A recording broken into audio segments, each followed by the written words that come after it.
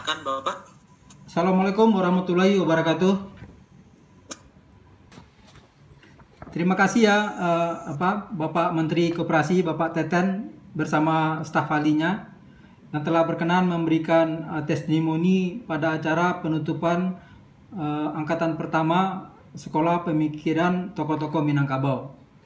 Terima kasih juga untuk Winda yang telah bersedia menjadi pembawa acara, serta Bapak Ibu hadirin yang ikut pada acara ini.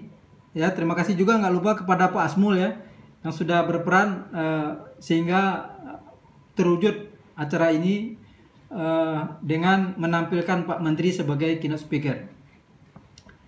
Nah, sebelumnya saya sampaikan saya sudah cukup lama kenal dengan Buya, tapi Buya kenal saya baru beberapa waktu yang lalu saja. Gimana saya kenal dengan Buya? Karena sejak saya menulis buku pertama sekitar tahun 2008 yang diterbitkan oleh Gramedia, saya selalu kirim buku saya kepada Buya. Nah, saya nggak tahu apakah Buya sempat baca atau tidak.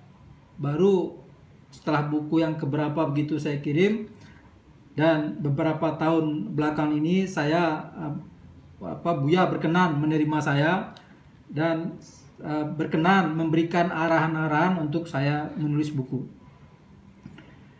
Nah, kembali kepada Buya. Buya yang dilahirkan di Sumpur Kudus tanggal 31 Mei tahun 1935 yang baru beberapa bulan yang lalu kita peringati hari kelahiran beliau yang ke-85. Seperti dikatakan oleh mantan Menkes waktu itu ya, pada acara itu, bahwa Buya Syafi'i Ma'arif ini adalah tokoh yang serba lengkap, seperti juga yang dikatakan oleh Bapak Teten tadi, Bapak Menteri Koperasi dan UKM tadi. Jadi Buya itu adalah seorang agamawan, seorang ilmuwan, sekaligus seorang negarawan. 3 predikat besar yang melekat pada diri seorang Buya. Biasanya seseorang itu hanya seorang ilmuwan yang negarawan, ya, ilmuwan yang berpikir negara, berpikir luas tentang negara, disebut ilmuwan yang negarawan. Atau ada agamawan, ya, tokoh agama yang berpikir luas tentang bangsa, sehingga disebut agamawan yang negarawan. Kalau Buya itu lengkap ketiga-tiganya. Jadi Buya adalah seorang ilmuwan, agamawan, dan negarawan. Bicara tentang agamawan, ya pasti tidak satupun orang yang akan meragukan Buya. Karena Buya adalah mantan ketua umum organisasi keagamaan Islam terbesar nomor 2 di Indonesia. Sebelum menjadi ketua umum, beliau adalah wakil ketua. Dan setelah menjadi wakil ketua, beliau adalah penasihat. Dan sebenarnya banyak pihak yang meminta Buya untuk terus memimpin Muhammadiyah. Tetapi demi regenerasi, Buya mundur. Buya tidak mau. Itulah kenegarawanan Buya. Begitu juga pengetahuan Buya tentang agama. Karena S3 Buya adalah dalam bidang pemikiran Islam. Ya. Jadi kalau ada orang-orang yang agamanya baru secuil tapi sudah berani menganggap enteng Buya, ya bagi Buya nggak ada apa-apanya. Tidak masalah gitu. Karena memang bukan orang yang selevel itu yang harusnya menilai Buya. Karena ilmu agama Buya itu sudah sangat tinggi, ya. Dalam bidang agama itu, jadi Buya sudah tidak diragukan lagi adalah seorang agamawan. Ya, tidak saja pernah menjadi pemimpin organisasi keagamaan terbesar nomor 2 di Indonesia, tetapi juga tentang keilmuan Buya Buya dalam hal ilmu Islam. Ya, saya sudah baca buku Buya tentang Islam dan Pancasila sebagai dasar negara. Itu luar biasa. Ya, jadi saya kalau baca buku Buya itu nggak seperti buku saya. Buku saya itu yang tebal hanya 1-2 ya, yang lain itu hanya sekitar 200 halaman. Tapi kalau buku Buya itu rata-rata 500 halaman. Jadi kata Pak Asmul itu kalau Buya menulis itu sangat tajam dan rinci. Nah, saya harus belajar banyak sama Buya. Lalu Buya itu yang kedua adalah seorang ilmuwan. Nah, sudah pasti karena beliau adalah guru besar Universitas Islam Negeri Jakarta dan guru besar Universitas Negeri Yogyakarta. Maaf, bukan Jakarta, Yogyakarta. Dan beliau pernah menjadi dosen tamu di Universitas Kebangsaan Malaysia serta menjadi dosen di sebuah universitas di Kanada. Sehingga keilmuan seorang Buya ya pasti sudah tidak diragukan lagi berdasarkan hasil karya beliau dan profesi beliau. Ya, jadi beliau tidak hanya berprofesi sebagai guru besar, tapi juga menulis buku banyak sekali ya tentang keilmuan. Sehingga agamawan dan ilmuwan beliau dibuktikan dengan karya dan posisi beliau. Lalu yang kedua, beliau adalah seorang negarawan. Ya. Kenapa bisa dikatakan sangat kuat justifikasinya untuk mengatakan Buya adalah seorang negarawan?